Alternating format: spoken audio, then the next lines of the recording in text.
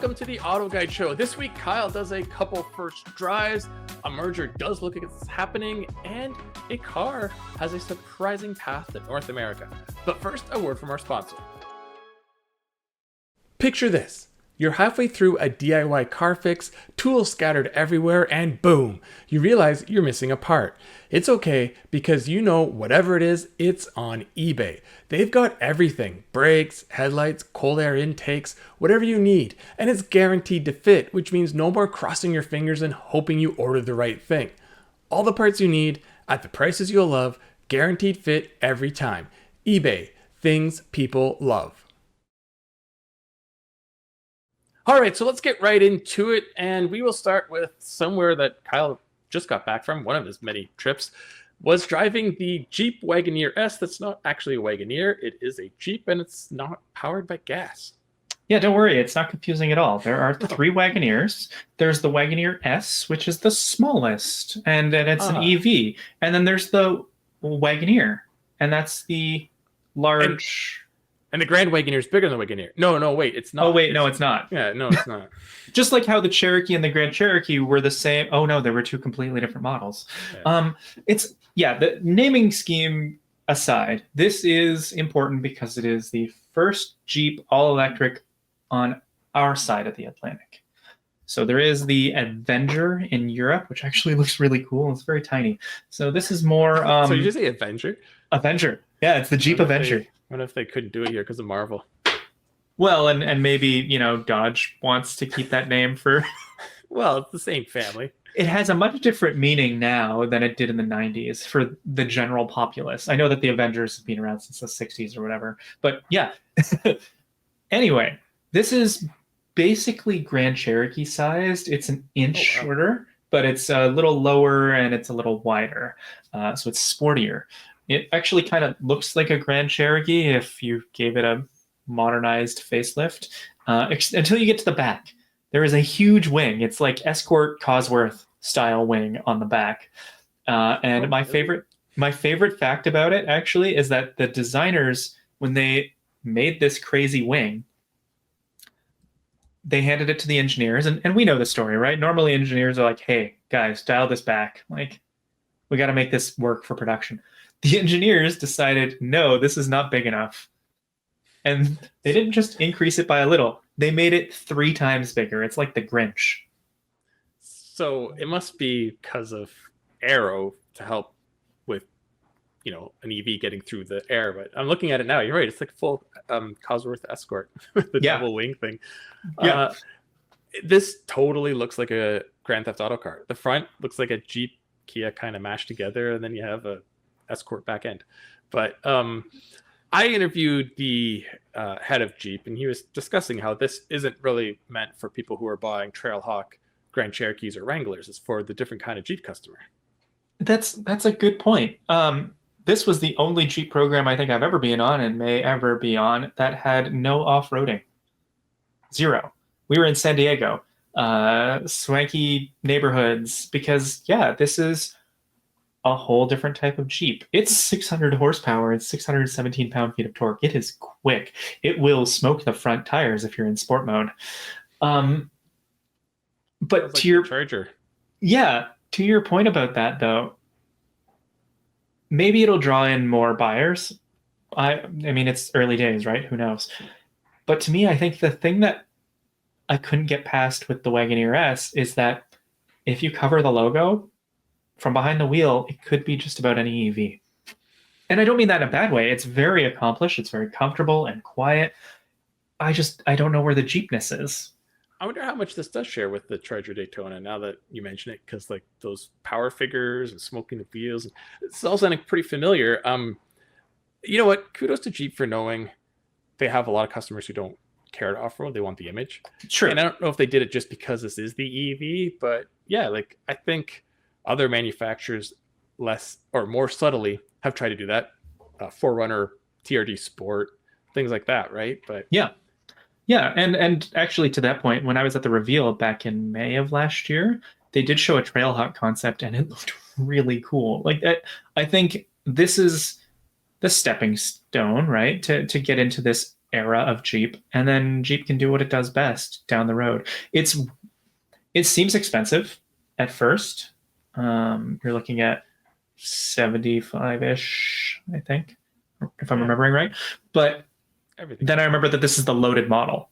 Yeah. This is, and it's also, I mean, it's 600 horsepower. It's over 300 miles of range. It's actually a really competitive product. It's going to be up against premium models, and that makes it tough too, right? It's like you're fighting BMWs and stuff like that at that point, and we'll see. But I wish it had a little bit more personality. I look forward to the impending videos of this and Trackhawks at the drag strip, and I would put money on this winning. This will beat a Trackhawk to 60 miles per hour by a tenth. Oh, okay, then I'll lose the quarter mile because I'll start to run out. Yeah. You know what? EVs are unfortunately an image thing, right or wrong. Where I can see sort of what Jeep's trying to do here is people who are like, oh, EV might be a little more swayed by it, but it's a Jeep. Mm-hmm. So we'll see how it does. I mean, it's obviously not going to be a huge seller, but like you said, it's a stepping stone. Yeah. Yeah. So moving on to a completely different vehicle you had a first drive. You went and drove the 4Runner, which looks like a 4Runner. Being Right? based, being so closely related to the Land Cruiser and the GX, Toyota's done a good job of making them look different. Yeah. I mean, if you stick this beside a Tacoma, it becomes a lot harder to tell them apart. That was the case before. That was, right? It's just that the 4Runner stuck around for so long that it started to look different. So this is the first new 4Runner in 15 years. It's the impressive thing to this, I have to remember which market I'm talking about here. I want to say 9 trims. There's slightly less for Canada than there is for US, but there are a lot of variations for this thing because you can get a hybrid power plant or a non-hybrid. You can get 3 rows, you can get 2 rows. There's something for everyone because that's the thing about the 4Runner is it has such wide appeal. If you want the on-road driving dynamics, and both of us have seen a lot of limiteds driving around, right? Well, Toyota brought that, and now there's a Platinum if you want even fancier. There's multiple TRD ones. There's a Sport, there's an off-road, there's the Pro. Now there's the Trail Hunter, and you get the hilarious noise from the Snorkel in this, just like the Tacoma. It's the thing about the 4Runner to me is it is a really unique product in the market, right? Because it's friendlier and easier to get along with than a Wrangler, but it still feels pretty agricultural. This is a lot better on the road while still feeling distinctly truck-like. I was going to say, this doesn't have something for everyone because there's all those people who want a less powerful, thirstier, archaic V6, and this no longer has that. And they'll say, well, the Turbo 4 is going to break down. I mean, maybe it will, maybe it won't, but times have changed. I'm sure back in the day, people were, a V6, I need a V8 now. For the handful of years that the 4Runner did have a V8. Yeah. And I mean, like, maybe there's people out there who really miss the 5-speed auto. I don't know why. I don't know. People who really miss struggling to stay at freeway speeds. Well, because that's the thing is, like, it's easy to, put on the rose-tinted glasses and be like, oh, well, the old one was simple and to the point. It was just slow. It was really slow. The hybrid system in this one makes it a second quicker to 60, and I'm sure that gap just continues. You get 8 speeds now, and it's very comfortable. It's noisy if you go for one of the lower trims. I will say that. You push it to pass, and you hear every one of those horses. It's just struggling. But I think it looks cool. I think it looks better than the Tacoma. Because it loses the little fake vents underneath the headlights. And there's some good colors, and we got to take it off-road in a way that wasn't super challenging, but still probably more than what most owners are going to do. It's a good product. It sounds, it's also, I want to point out, in my mind, a better choice than a Land Cruiser. Yeah, sounds like a future comparison. Mm-hmm. Everybody's going to do, but we will for sure. Yeah. So moving on to a new product that kind of came out of nowhere. I knew for a while that it's going to see something new from Kia, and then it ended up being the EV5, which we were told might be coming here. I mean, it's been rumored for a while, but it's only coming to Canada. America, the US, they are not getting it. It's an interesting vehicle because it's I don't think it's too far off size-wise from the EV6. It's just different. It's a big box as opposed to a Wagoneer. It's a EV9 shrunk down pretty much styling-wise. Yeah. It's sold in several markets right now. I'm pretty sure only in right-hand drive. Canada will be the first left-hand. I could be wrong on that, but looking at Australia and New Zealand for some potential comparisons, I mean, things could change. It comes with a front-wheel drive single motor or an all-wheel drive dual motor and 2 battery sizes, which are the standard Kia battery sizes. One's just under 63 kilowatt hour and one's just over, I think, 81. And in those countries, it's less expensive than the Niro EV, which is crazy for the entry level, but it's still crazy because it's a bigger vehicle, making almost this, I think, more power and maybe more range.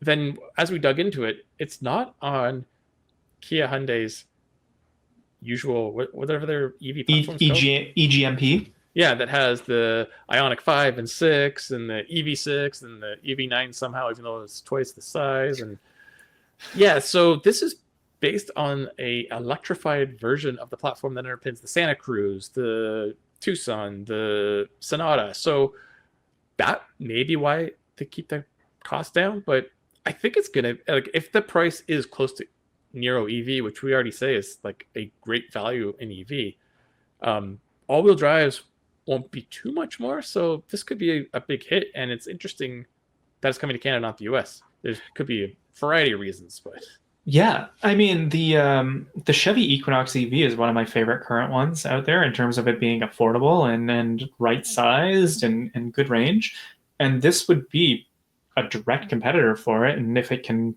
slot in around Niro pricing, it'll compete on that front too. And it's fascinating because it gives buyers choices, right? Like, you want a Sportage or Sportage, sorry, American listeners. Here's a EV option that looks different, but it's basically the same size and shouldn't be much more money.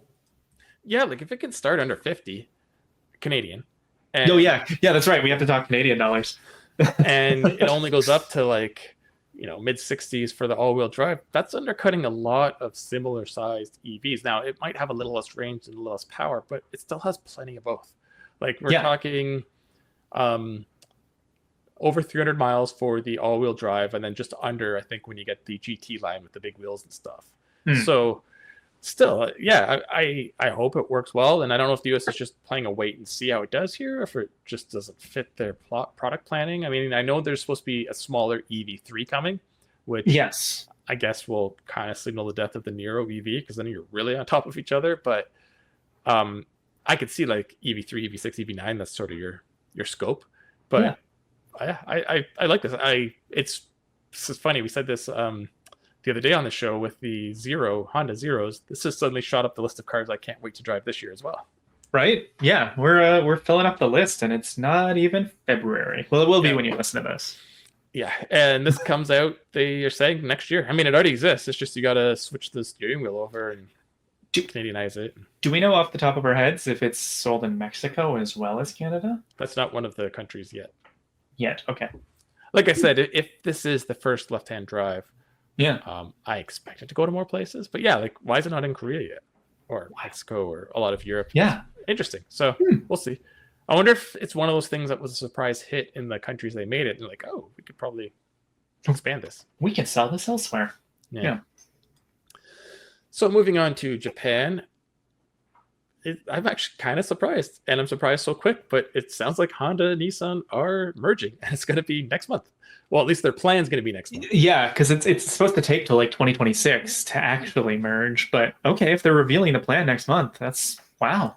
Which makes sense. I mean, it's two pretty large companies, and it's probably, we talked about it before, like who's going to share what on platforms. So they probably got to try to figure that out. And having worked at an OEM, I know you're planning like up to 5 years out solidly right now. So there's got to be a lot of, okay, we're going to cancel this because we're going to co-develop with that or whatnot. So it's going to take a while to get it, but I'm interested, because if Nissan can get some of the like civicness into the Sentra, especially like the SI or Type R, and like we said, Honda can get some of the truckness into pickups and other vehicles, I think it could work. I'd just be curious how like they'll be. Will it be like Hyundai Kia, where they all have basically twins that look different, or is it going to be they're going to segment themselves that you're this, we're this, and like that? Yeah, and I'm curious to know about the future products, right? Like my understanding, the murmurs and rumors swirling around was that Maxima dies and an EV replacement is coming. Um, how far along is that? Does Nissan just can it and work off something from the Zero series from Honda? Like, do they get more purchasing power now when it comes to EVs and batteries and stuff? Because now you're looking at a lot more volume. Like, I'm very much looking forward to this because while it is a kind of an odd pairing, I mean, you need to be bigger in the current automotive landscape. You have to be a pretty big company to weather storms and changes of regulations. So This is probably just the start. Like everyone's been saying for a while, and I think sort of what's happening now is there'll be more and more of these. Many of the smaller companies won't be able to just stick it out on their own. Like the GMs and Toyotas will be fine, but like the Mitsubishis, the Mazdas, even yeah, the Subarus, like what happens with them? Everyone else is tied to a bigger group. But I know Mitsubishi and Nissan had a partnership, so I don't know what happens with that because like the Rogue PHEV comes out this year. yeah, it's yeah. To your point, like I think we're going to see more of this, or we're going to see things like Toyota's partnerships, right? Like with Subaru for certain models or BMW, you're going to see brands doing these sorts of things because it's the only way to really make sense of the financials. And there'll be casualties. I can't imagine an Altima and an Accord both stick around. Yeah, that segment is not doing so well these days. So yeah, fair enough. But last week we said their baby EV was canned, so maybe they've canned that sedan for all we know. Because I remember meeting the then president 2 years ago, and they had this huge thing about all these EVs and concepts by next year, and we didn't see many of them. The QX80, what do they call that thing? The EV one, that was one that we were told was coming, and we saw it, but I never saw the car one. So, yeah.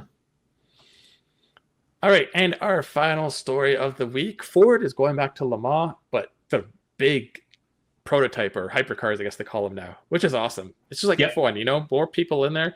Hypercars has so many manufacturers and more jumping in. Go for it. Yeah, I have nothing to add. Like, yes, please. Can't wait. So it'll be, assuming they're still all there by 27, them, Cadillac, Ferrari, Toyota, Porsche, maybe Glickenhaus. I think Acura's bowed out. Oh, Lamborghini was there, I think, too. Or they are. Yeah, Lamborghini's coming. Did they had one at Daytona? Did Peugeot leave? I don't. I don't know if they left. They're there last year, right? Okay. So yeah. So as much like, let's just say if you're. Did we say Cadillac? Yeah. Yeah. Okay. If you're a race enthusiast, 26, 27, you're going to be some of the golden eras for the 2000s at least, with F1 and this having several manufacturers backing instead of like back in the day when it was Porsche versus Audi and it was really just the same family fighting and you're like, who cares? Yeah, like I don't remember the last time we've had this much, like late 90s, like that era. Yeah, I think when you had the GT1 Toyota and the CLK GTR and the 911 GT1. Yeah, because after that it was, I think part of the problem was Audi dominated, so everyone gave up. And then Porsche came, and then they both left, and Toyota won for many years. And good for them. It's not an easy thing to do, but they really didn't have competition. Mm-hmm. And now it's game on. So, I'm so excited. Our generation loves nothing more than nostalgia. So if this feels like the late 90s, then it's a huge win. And the new regs that have allowed this to happen, like great move. And they are, I mean, they're still race cars, but they're not as prototypey. Like it reminds me of those late 90s where they were like, they were closed and they kind of were, you could kind of see some family resemblance in the way they styled lights and stuff. And yeah. Oh, BMW. That's another one. That's, yeah. Because they were just at Le Mans. They have the hybrid V8. Yeah. So I'm so happy. I'm glad that these regulations have brought in so much interest in OEMs. And rolling out on electric and firing the engines up halfway down pit road will never get old. Nope. All right, so that's it for now on the Auto Guide Show brought to you by eBay Motors. We will take a very short break, and I will be back with Greg to talk about some products. We'll take another break, and I'll be back with our special guest of the week, and then Kyle and I will wrap things up at the end. Swapping out your tires? There's nothing like it. With eBay, you'll find the feel you're looking for, from smooth highway rides to grip for rough terrain. Get all the tires you need at prices you'll love. eBay, things people love. All right, welcome back. It is time for this week's products. We have Greg back. What are we talking about this week? We're going to talk about the best waxes for your car that, as the headline at our story, waxes poetically, will give you a long-lasting shine. See what I did there? I did, and these are like real waxes, not when you push the extra button on the car wash. Exactly. The auto car wash. Exactly, or what's in your ears, perhaps. Yeah. Right? There you go. It's funny because waxing does so much for your paint and your exterior shine, and yet I'm the number one offender, never do it. And when I have done it like so far in between, I'm always like, man, that looks good. And the paint feels so nice and water rushes off it. And then I don't do it again. I really got to stop being lazy. No, it's interesting because for a while it seemed like some of the automakers were almost marketing like, hey, pay more for our wonderful paints because you don't really need to wax your cars. But after a certain amount of time, it's good to kind of wax things down. And I mean, I actually, one of my earliest memories as far as like kind of even getting into cars, like Hot Wheels, going to car shows, that kind of things, was actually waxing, helping my dad wax the family's 73 Chevelle. So nice. I kind of go way back and remember that. I would just wax a little spot and, he'd probably have to do it too. But, it's fun. So places like where we live, our wax is a little more important than maybe if you live in San Diego. It's not a bad idea if it's a little chilly, like in say, Michigan, Wisconsin, any part of Canada, really, you want to, use your waxes judiciously, find the time to do it. It's put out a great podcast like the AutoGuide podcast, and it's actually kind of a nice way to, part of that car cleaning process. And it does a lot for a car regardless. Like I have an old car that's been featured on the show a lot. The paint's in okay condition. Mm-hmm. But because there's scratches and dents, I just never did it. But I know if I wax it, it'd probably do a lot for it. Especially in, like I said, our winters. If you're a salt-loving area like we are, it helps protect it a bit. Oh, absolutely. I mean, today, even though we're still in the dead of winter and we have like inches of salt and grime on the road, it actually started raining. And I was kind of grateful for that, just to like give the car a little bit of a bath without having to take it to a car wash. So just because all that just grime builds up, and anything you can do to protect against it, obviously it makes things a little better. It makes your car, if you're going to drive a car with a bunch of miles on it or that's got a little bit older, longer in the tooth, it can still be cool, but you want it to look respectable. Like you don't want people to think you're driving this like junk mobile, So good maintenance is a big part of that. And that's, I think, part of it is it's your car, like it's my car, and you're up close to it and you see it. But most cars you see from 10 feet away. And it's not hard to make a car look great, regardless of its condition 10 feet away if it shines. So onto the waxes. All waxes are created equal, right? Yeah? No? Not so much. Not so much. And like just off camera, we were talking. There's like 3 or 4 that everybody knows and loves. And the one I always go back to is Meguiar's. I have some of it in my garage right now. Probably not today, given it's about 38 degrees and raining and about to snow in a couple hours. But when things break, that's always my go-to. I think Meguiar's is like, it's the tried and true. There's some other ones, like Mothers and Turtles and a few other ones. But I really like just the ultimate liquid one. Is actually goes on easy, super easy to use. It has a snazzy bottle. You can always find it in the stores, wherever you get your car care products. It stands out. And I that's usually my starting point. All right, I think you've got me sold to do the Genesis in the spring. I even have a Simonized buffer and everything. Like, do you really? Wow. Yeah, because I really got into it with, I can't remember which of my cars, maybe the SVX, but Meguiar's, we had them on the podcast about a year ago, and it's like, is their wax the absolute best out there? I don't know. Like maybe some are better, maybe some aren't. But talking to them about their understanding of car colors and paints and the changes in paints makes you realize like they know what they're talking about. So they know how to make a product for your car. Like it was really interesting just hearing sort of how paints have evolved and what people are doing. I mean, it's no secret paint jobs these days are not great because they want them as thin as possible to keep the vehicles light and save money. And I say to a lot of people to buy a brand new car, it's like wax it as soon as you get it, because there's probably swirls already in it and that you can take care of. Well, when you think back to like when we were growing up, like when you would have one of your parents' cars would get chipped, and like there was like an indentation into the paint, and like just the coating, the paint it was a different sort of mix, different formula, and you could see it literally back then. Whereas now it's like cars are different. They're not meant to have that type of experience, light, weight reduction, cost reduction at all costs, and that obviously that's the way of the world. But like so in the 70s, a car gets in an accident, like a minor one. You're right, like actual chips of paint, like chunks would come off. And then probably sometime in the 80s, that kind of started to change, and it wasn't so much like you didn't get this weird like rubbing paint transfer if you brushed against a car in a parking lot like you do now. But things have changed. So I think wax arguably is more important because it's kind of providing that little buffer to your paint. One thing I like about the Maguires, there's a few others we should probably talk about, is it really goes on easy, it comes off easy. It's one of those that it's you're not going to spend your whole day like really taking some fine like towel trying to get it, get this like heavy wax like like it's Vaseline off your car. Like it's a reasonable like amount of time, amount of effort. There are some spray-on waxes. You could try those. I am candidly less experienced with those as far as just like like the chemical guys one is on our list. We recommend a lot of their products. They're very good. But I actually have not used as many of those. I don't know. Have you sprayed on wax any of your cars? No, I've never used spray on. I actually wanted to try those. Maybe I'll try that in the spring. Yeah. I've usually got the cream wax. And you're right. Like a lot of the Maguires and some of the other big names, they're not borderline clay bars. They go on and go off pretty easy. And anyone who owns a car and has never waxed it, I dare you to do it once, and you wouldn't believe how much smoother just touching the paint is. And that just tells you how less likely things are to stick to it, like dirt, grime, road tar, bird droppings. Birds don't stick to your paint. All right, well, that's very insightful, and people can go on our website and check out our top list of recommendations called The Best Car Waxes for a Long-Lasting Shine.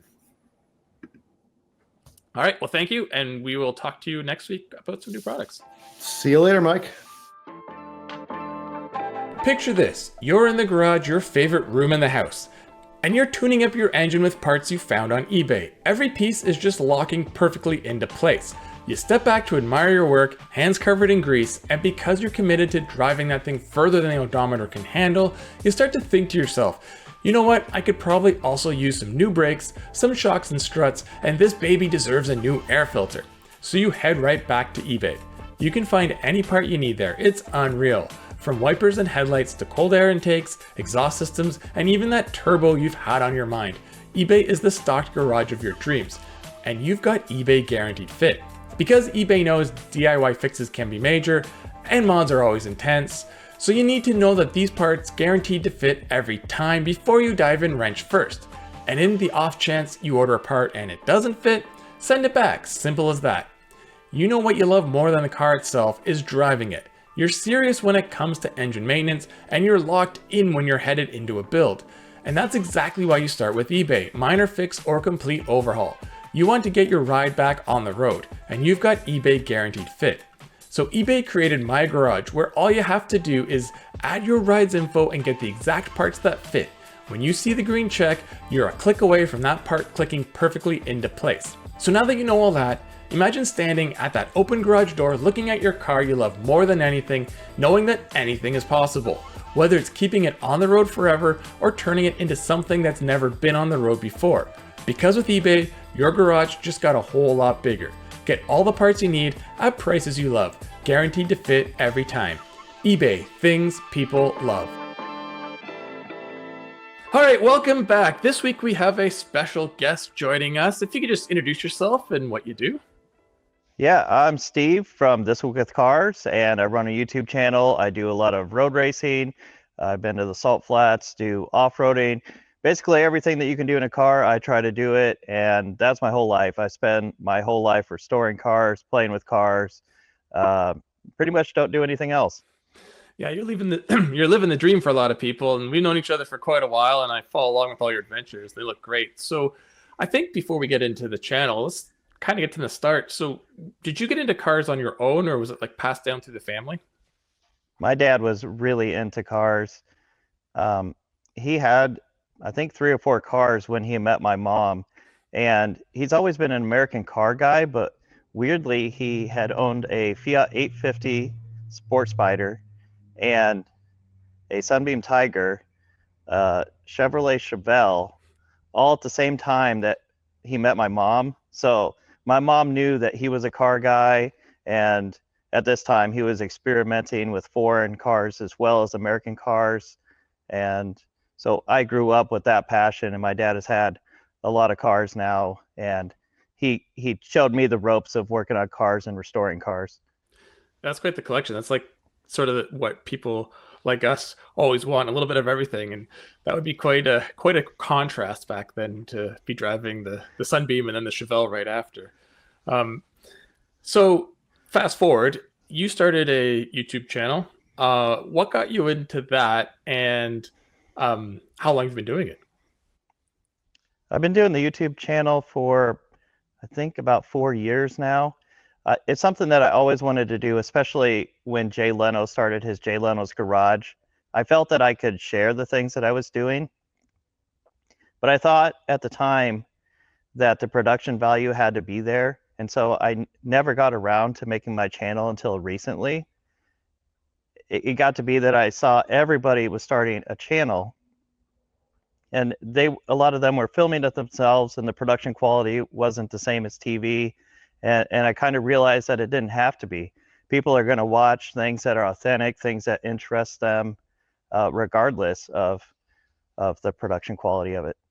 Yeah, I think that's a great point because I was doing car reviews over a decade ago, and back then there wasn't as many car review channels, and you had to have the production. We had a full crew that went with us, and they looked great. But over time, people care more about the content than the quality. And now I'm doing reviews half the time single-handedly with just a phone and a 360 camera and a GoPro. So yeah, I think it's become more attainable. There's a lot more people out there, but it's also, if you have something people want to watch, it works, and you have stuff that people want to watch. Yeah, the big thing that hurt me is I was working previously in a marketing department, and I was a videographer. I had a studio, and I was on location with other people, and I was the one doing the filming. I wasn't the person in front of the camera. And I always was thinking that I needed someone in front of that camera because, I don't know if it was self-importance on my part, thinking that that was a really important job to have that cameraman doing his job properly.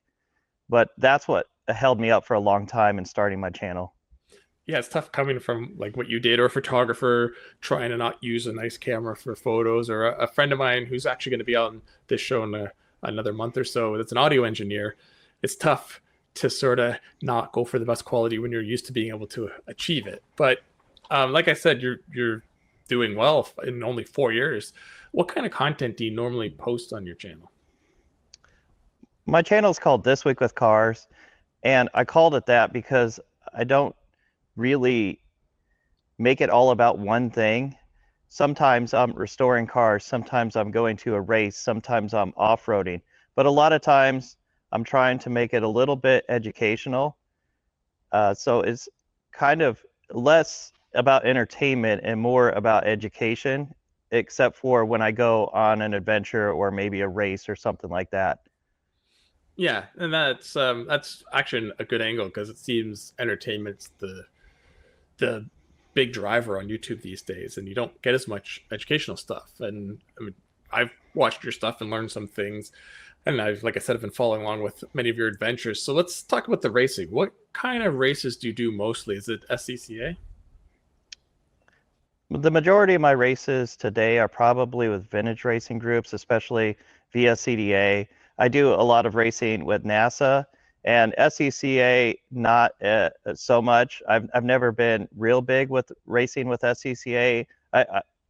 They don't have a lot of races that are really near me, and that's one of the problems. But I race more with NASA, and then I have a lot of vintage race cars, and that's where most of my racing is. Yeah, I've heard a lot of good things about NAS. I don't have a vintage car, never mind a race car, so I've never participated, but I've watched a couple events. What are some of the favorite tracks that you've been to? My all-time favorite track is Spa in Belgium. I was racing the C1 Challenge, which is racing series in England, and you race little tiny Citroen hatchbacks.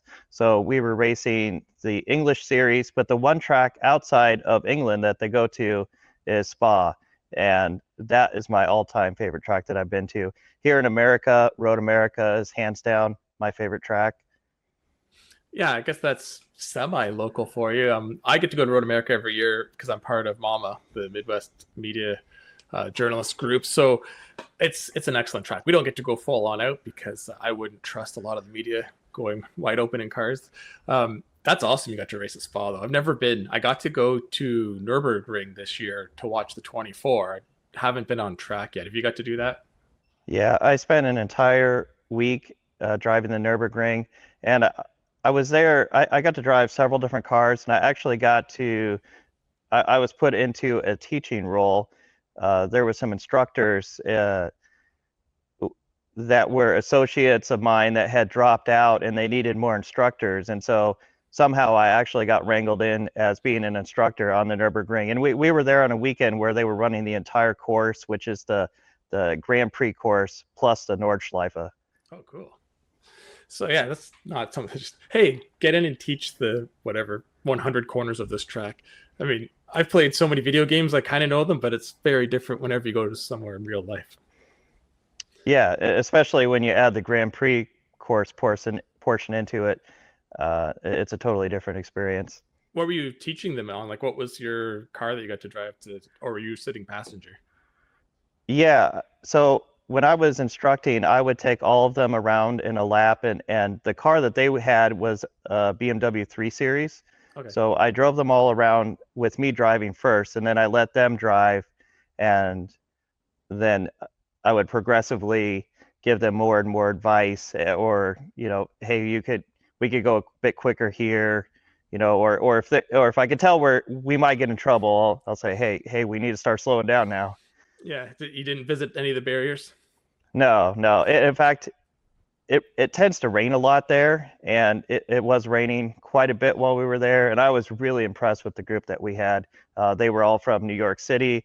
A lot of them had no racing experience at all. It was kind of like a team building exercise that their company had taken, and somehow I got into that.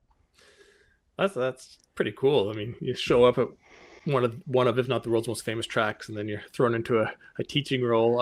A friend of mine was telling me a story recently. Went there and rented about all the warnings he got about it cost this much if you hit the barrier, and this much, and $7,000 deductible on the car. And he said it was about a €25,000 sort of minimum if you hit a barrier. So I'm sure that scares a lot of people into slowing down a bit. Yeah, definitely. So coming back to America, you've raced so many different vehicles. I've saw through following you. What is your favorite car you've raced? I know it's like a tough question, but like, which one do you always can't wait to get back in? That's a really hard question. Or couple, maybe? Yeah, probably my favorite type of car is GT cars, especially Mustangs. They're really quick. I mean, they're almost up to the level of Corvettes, and they're so controllable. You can really throw them around. So I really love driving Mustangs. This last year, I was driving a very neat car. It was a Sprinzel Sebring Sprite, which is an all aluminum bodied Austin Healey Sprite, very lightweight, not a big motor, but it just loads of fun. And partially because the car is so beautiful, just to know that you're out there and it's just gorgeous coupe, you're the only one like it on the track. It's just a really cool feeling. You also got to be a little worried that someone is going to take you out with something so rare. What I found out is that most of the people were so scared of hitting me that they were being very careful and gentle around me. That's not a bad strategy. But yeah, to your point of the GT cars, I got to drive a Mustang, not in full GT spec, but close. And I mean, they're fast, but it's not crazy fast. And when you have good brakes and tires, it's so much fun when you have all that grip and stopping power, because you can really start kind of exploring where the limits are. Yeah, I think it doesn't really matter what car you're racing. If you get that seat time in it and you really know that car, you're going to have fun no matter what you take out there. Now, I might have this wrong, but did you race a Panos at some point? Yeah, for a long time, I had a Panos GTS. Uh, by the end, it was making about 600 horsepower at the flywheel, Oh, wow. and I was setting track records everywhere I went, both in NASA and SCCA. But it was very, very expensive to run. I was burning through a set of Hoosier tires every single day, and of course, it was a 351 Windsor that was bored and stroked out, and it just sucked gas down. I probably went through 32 gallons in about 45 minutes, and that's 110 octane race fuel. So it's just a very expensive car to run. And so now my modern race car is also from the Panos family. It's an Elan NP01 prototype, which is built by Elan, which is Panos's carbon fiber division. It also the company that built the Delta Wings, and they built a lot of Indy cars, things like that. So it's a lot lighter, a lot easier to maintain, and a little more cost effective. A more modern V8 that's not quite so thirsty. Actually, that one uses a little 4-cylinder, similar nice. to what you find in a Miata. So it's actually faster than the Panos Esperante GTS was, but it barely uses any consumables.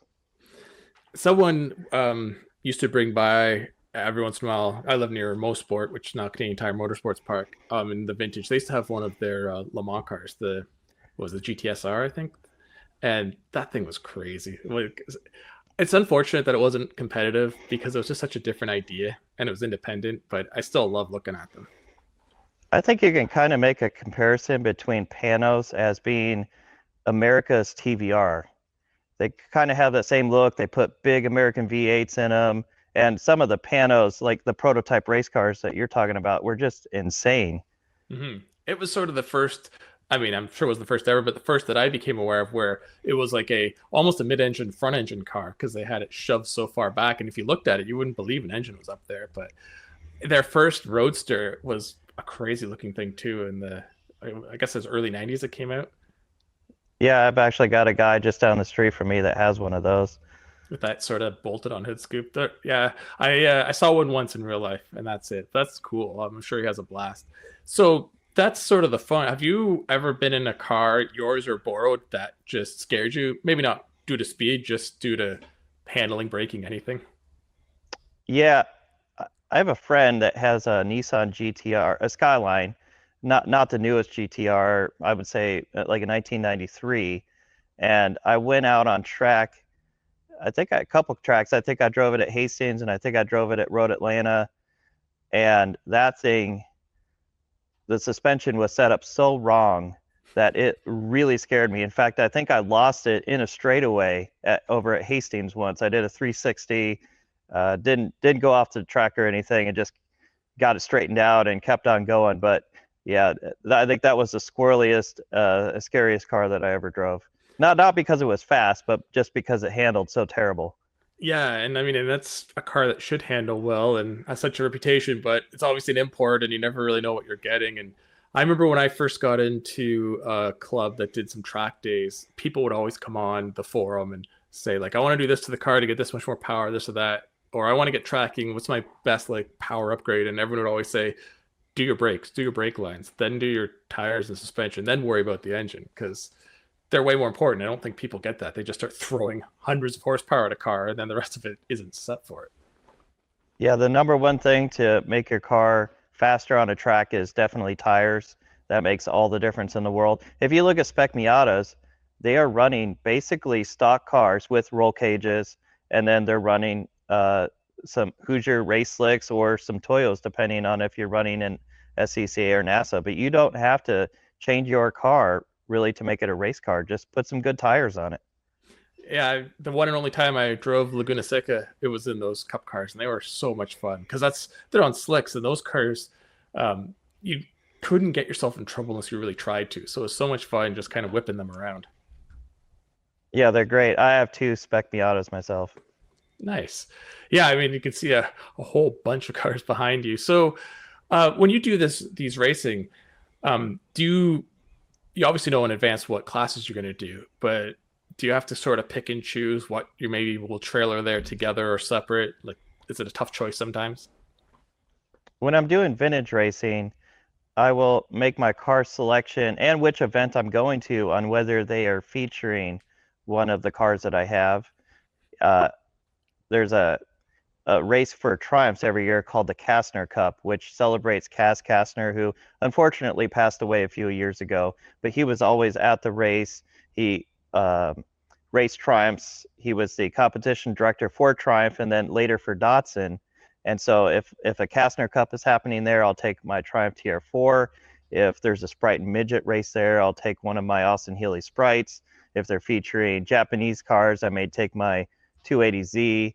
I've got my Elva right here behind me, and this year is actually the 70th anniversary of Elva. So at the Put in Bay races this year, they're featuring Elva cars. So I'm planning on taking that one to that this year. Cool. So you obviously have a vast knowledge of vehicles because none of these are quite the same. So getting them prepped, that must take quite a bit of work. And like you said, I guess you sort of plan out well in advance where you're going to go in the summer, because does it probably start now getting them ready for the summer? Yeah, and I have a big advantage because I have a dyno in my shop, so I don't have to take them to a track to run them a little bit and make sure that they're okay.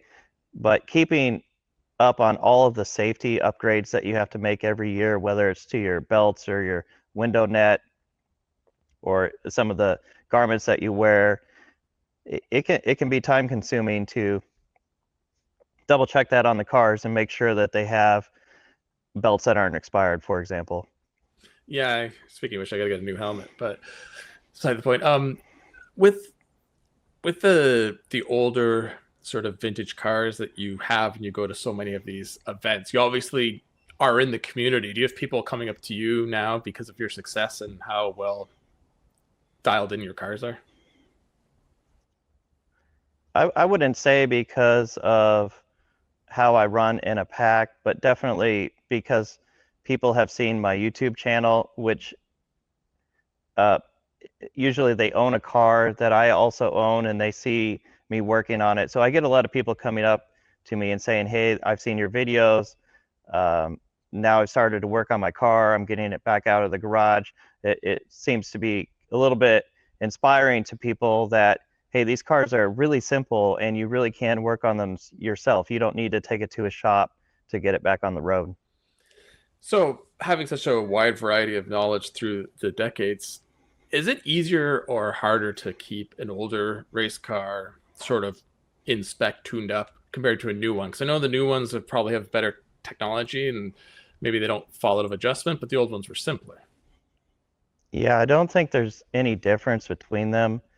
The rules as far as safety are much more laxed on the vintage cars, but the parts wear out the same, whether it's a vintage car or a modern race car. So the upkeep, I would say, is pretty much the same. Finding parts for some of those cars must not be the easiest thing in the world. That could be a problem depending on what kind of car you have. Yes. But how you're saying like keeping the upkeep and keeping them aside. I have a neighbor or had a neighbor that had an MGB GT and he used to take it out all the time. He let me take it for a drive once, and it's one of those things you don't realize how terribly it drives if it's not set up right. It was the brakes, the steering, like everything was slightly off, and yeah, it was like kind of frightening. But I could imagine if it was all put back to spec from 40 years ago, 50 years ago, it would have been a little more enjoyable. I think a lot of people also don't remember how terrible the cars were Yeah. straight out of the factory. Sometimes I'll restore a car for a person and I got to make sure that they understand that, hey, this is not going to drive like a new car. If you haven't driven an old car in 40 years, you're probably going to be in for a shock of how an old car, even with everything restored, is going to drive. Yeah, it's like a lot of people are all like, oh, they don't make cars like they used to. Old cars had so much character, and I agree. I mean, I love driving old cars, but they had character because they were terrible in some way. Like there was a flaw that gave them these cool little quirks that we grew to love. But modern cars just don't have that. Another quick question about racing: is there somewhere you haven't been yet that you would love to go to? Yeah, I want to go to Australia. Mm. Uh, Do Bathurst? yeah, exactly. That is probably my bucket list track of all right now. Yeah, it'd be real cheap to just ship a car down there for a day. Well, I guess you could maybe meet someone or hook up with someone that could let you borrow a car. Yeah, I could definitely rent a car down there. When I was racing the C1 Challenge in Europe, our cars actually lived in Germany, and our mechanics were German. They actually lived not too far from the Nürburgring, and then they would deliver the car to whichever track that we were showing up to. And it was a team of all Americans, so none of us lived over there, and they would bring it to the track that we were racing. So doing the same thing in Australia would not be difficult. I know people listening to this are probably going to get mad at me because I can't remember, but when they do the supercar race there, like the big one, they have that series that runs the same weekend, and it's basically like it's like Gran Turismo. It's just a weird mix of cars that are all built to a spec, and I love watching that because you have like crazy Civics up against M3s and old Holdens and everything. So I'd love to just watch that. I'm sure you'd love to be in it, but they have some great races down there. The thing that really hooked me on that track probably 15, maybe 20 years ago, I saw a video on YouTube of a Lotus race there, and it was all Lotus Elises. And this guy that started in the back, he was the car that we were watching the camera from, and he literally went through the entire pack all within the first lap. And the cars are just inches from each other. Some of them are bouncing off each other. I was like, this is insane, and that's exactly what I want to go do. Yeah, coming down that mountain, you got to know what you're doing and what your car is doing because, like you said, you have inches to the walls the whole way down. I think everyone has destroyed their car in Gran Turismo the first 10 laps they've ever made of that place. I run a weekly race league, and everyone knows famously that I hate going to that track because, yeah, I can't nail that section going down there. But anyway, before we let you go, back to non-race cars. For me, I have a picture of it because I haven't owned nearly as many cars as you have. But that's the car that I once owned that I wish I never sold. Do you have one of those? Recently, I have been thinking a lot about my FJ Cruiser. I know a lot of people don't like the FJ Cruiser, but I sold it when I bought my new Defender. And the FJ Cruiser, I just see the Land Cruisers that we don't get here, that they get in Australia and they get in Japan, they get in Europe. And the FJ Cruiser, being from the Prado line of the Toyota family, was as close as we could get to those type of vehicles. And that's probably the car that right now I am missing the most. Their resale values are insane too. I know someone that was looking at one, and then I said, "Have you really looked at them?" Because they'll be like junkers going for way too much money. But it's because people really like them, and not that many were made. When they first came out, I thought they were just something silly, and it wasn't until I looked into them pretty in depth and then owned one that I realized how good of a vehicle it actually is, especially the road handling capabilities. They're not as good as the new Defender, but they're much better than a Jeep. The only problem with it was not quite as good off-road as other offerings. And my FJ40 is actually the same way. So I have a 1976 Toyota FJ40. You know, those came with open differentials, and they also are not that great off-road in completely stock form. Yeah, we did a comparison in the summer with the new Land Cruiser, which is basically a Prado, and the Bronco and the Wrangler, and we had to drive 2 hours to get to the off-road area, and like the Land Cruiser was just miles ahead of the other two in drivability. I mean, even the Bronco wasn't terrible compared to the Wrangler, but in stock form, it's not as good off-road. It's mainly the tires, which are an easy fix, but yeah, that line has always been well. And speaking of the Defender, that's one of my favorites too. Even the 130 with the 3 rows, I can't believe how much space there is, and it's still quite capable. I actually just bought a Defender 90 pickup truck, so little tiny Defender, and then it's a pickup version, and you have the 3-cross seating still in the front, and I'm just loving this little thing. It's got the 300 TDI diesel in it. You know, the thing probably, it looks like it weighs 1,200 pounds. You know, it's got open differentials, but with that little weight, it's not going to need much to go anywhere I want it to go. That's awesome. Yeah, I'll have to get a picture of one of those, take a look at it. But to your road manners, that's what I've always been impressed with the new Defenders. I had a 110 V8 and a 130 Turbo 6, and I was so impressed at how good they just cruise down the road because we know the capability. Well, I've done Defender Trek, and I think you've done that before too, right? Yeah, the Trek is the journalist version of it, and I did it's called Defender Trophy, but Yes. it's basically the same event. One is for journalists and one is for customers or guests of Land Rover, and I did Defender Trophy. Yeah, I remember that when we did it, they just took away the product questions because they figured we'd know them and it wasn't as important. But they said when they do with the dealers, they have like some really like get in there and adjust the air suspension at this point where we got to skip those. But it's crazy. I've never been somewhere where I'm hosted by a manufacturer that lets you do things in their cars like that. Like there are some obstacles I thought, no way, just crawls right up. I don't think my local dealer does it anymore, but up until I would say 10 years ago, our Land Rover dealer had their own off-road track, and they would invite all the owners of the people that purchase Land Rovers to come out, and they would show them how to properly use their vehicle off-road. And I commend Land Rover in keeping that spirit alive, even though probably the majority of their cars are never going to be driven off-road, but they do have that available for everyone that wants it. Yeah, that's great because a lot of people buy them just reading specs what they can do, but have never experienced it. And I think once you do, you get a better appreciation. It's like BMW and other manufacturers that take you to a track school when you buy a performance vehicle, so you can really see what it can do and kind of get a little bit of knowledge on how to control it. So yeah, good for them. I think a lot of people, whether they bought a performance car and they're going to a track, or they bought an off-road vehicle and they're going somewhere the manufacturer sent them, they look at the stuff that they're being told to do, and they're like, no, this vehicle can't do that. And then they go and do it, and they're just blown away by the capabilities of the vehicle they just bought. And then you get the people who buy a Wrangler Sport and they try to like go at Moab and they can't understand why they got stuck on the first obstacle. Yeah, that's why they say lockers before lights. Yeah. A lot of people go down the wrong path for upgrades, whether it's off-road, on-road, track, whatever. Yeah. Don't jack it 2 feet in the air either. That's not going to help you much. Yeah, the handling's going to go pretty Yeah. sour. And that's a big thing why Land Rover has the air suspension. You can have that jacked up suspension to clear things when you need it, but when you're driving down the interstate, you can put it at normal ride height and it handles just like it should.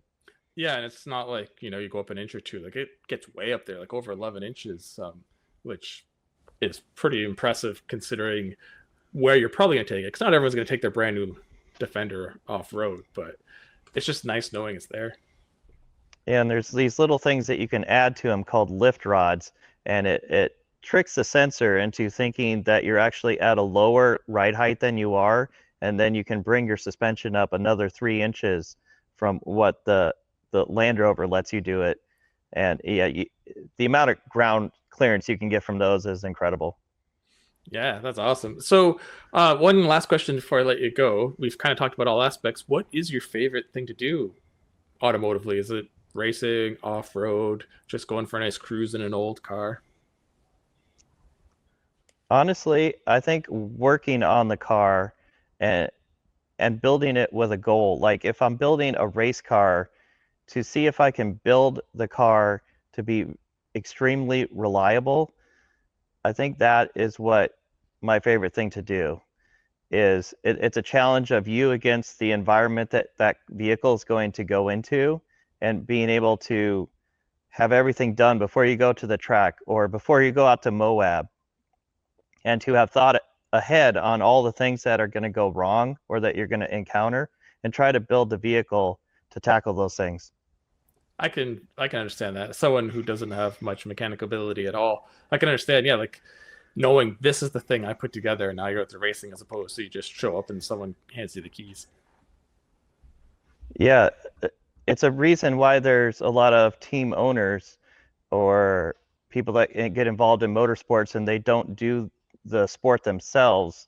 There's a lot of different aspects of enjoyment that people can get out of those things. Yeah, I agree. I mean, I as a fan, I love knowing all the sort of back end details of the vehicles because I want to know how what it is and how it is, because I think that adds an element, and then being able to actually do it yourself is a whole nother. So where can people find you to follow along with these great adventures you do every week? The best place to look is on YouTube.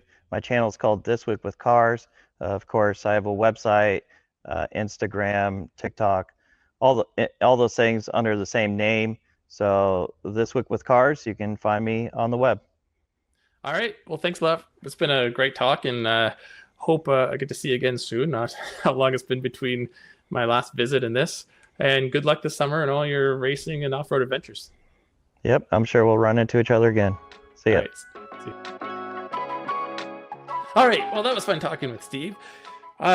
Before we go, we'll just give you a quick update on what happened this week and what's going on next week. So this week we have planned a comparison that the weather has not cooperated, so hopefully we can get it Monday. But we have the Prius against the Honda Civic Hybrid hatchback. Honda has tried many times to take down the Prius. Can they finally do it?